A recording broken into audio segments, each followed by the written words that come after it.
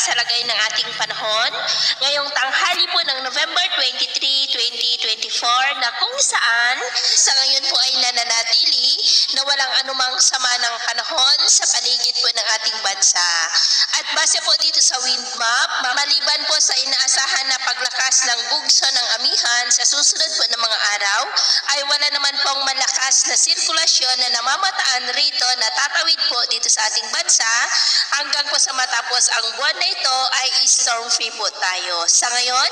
ay malamig na hanging amihan ang umiihip dito po sa northern part ng Northern Luzon at easterlies naman o mainit na hangin na mula sa Pacific Ocean ang umiihip sa silangan po ng ating bansa. At sa ating long range forecast ay wala nga po dito namamataan na bagyo na tatawid po dito sa ating kalupaan hanggang sa matapos ang buwan na ito, pero posibleng sa unang linggo ng Disyembre ay posible muli ang pamumuo ng mga sama ng panahon sa silangan ng ating bansa at ang development ng mayan ang atin pong babantayan. At sa lagay po ng ating panahon, ngayong tanghali ay generally fair weather naman sa malaking bahagi ng ating bansa, pero dahil sa amihan ay cloudy skies with isolated rains sa ilang bahagi po ng Batanes, Babuyan Islands at ilang bahagi ng Cagayan. At dahil naman sa mga localized thunderstorm epekto ng easterlies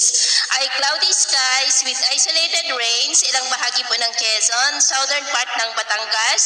Camarines Sur, Catanduanes, Sorsogon, Calapan, Palawan, Aklan, Capiz, southern Cebu, Bohol, Leyte, eastern Samar at malaking bahagi po ng Mindanao. At sa susunod po ng mga oras, mas maraming lugar na uli ang makakaranas ng cloudy skies with isolated rains sa mga nabanggit po na lugar, kaya mag-ingat po tayo sa mga banta po ng mga pagbaha at pagguho ng lupa.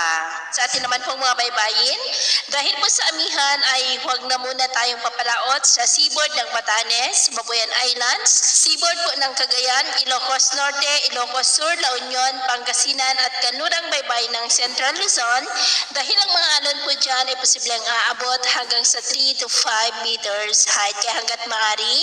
ay iwasan na po muna natin ang papalaot dyan sa mga may kulay pula para mas makaiwas sa mga sakunang pang